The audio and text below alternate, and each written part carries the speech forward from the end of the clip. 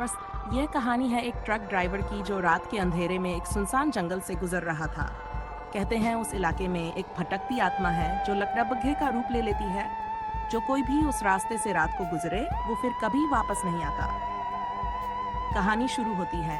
स्थान मध्य प्रदेश का एक घना जंगल, बानगढ़ घाटी। जग्गा यादव, एक धज्जी 8 साल का ट्रक ड्राइवर, भोपाल से ग्वालियर तक सामान के भीतर घुसा। मौसम बदलने लगा, ठंडी हवा चलने लगी और सामने कोहरा फैलने लगा। रात के करीब 2 बजे अचानक ट्रक के सामने एक काली छाया कूद पड़ी। धम! ट्रक जोर से हिला। जग्गा ने ट्रक रोका, बाहर झांक कर देखा। रास्ते पर कुछ नहीं था, लेकिन जैसे ही उसने ध्यान से देखा, एक बड़ी परछाई जंगल के भीतर भागती दिखी।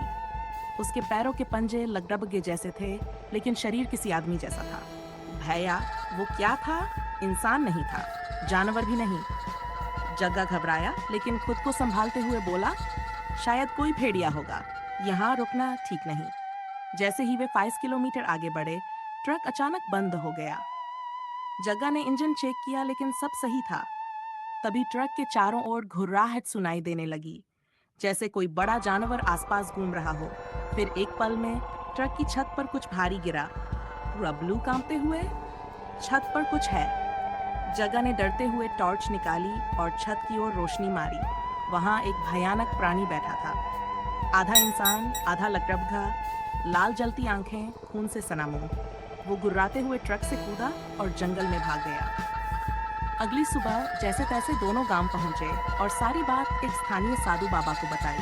बाबा बोले, वो कोई साधारण जानवर नहीं, वो आत्मा है एक पुराने ट्रक ड्राइवर की, जिसे 1.5 साल पहले इसी जंगल में मार दिया गया था। मरते वक्त उसकी लाश को लकड़बग्घों ने खा लिया था।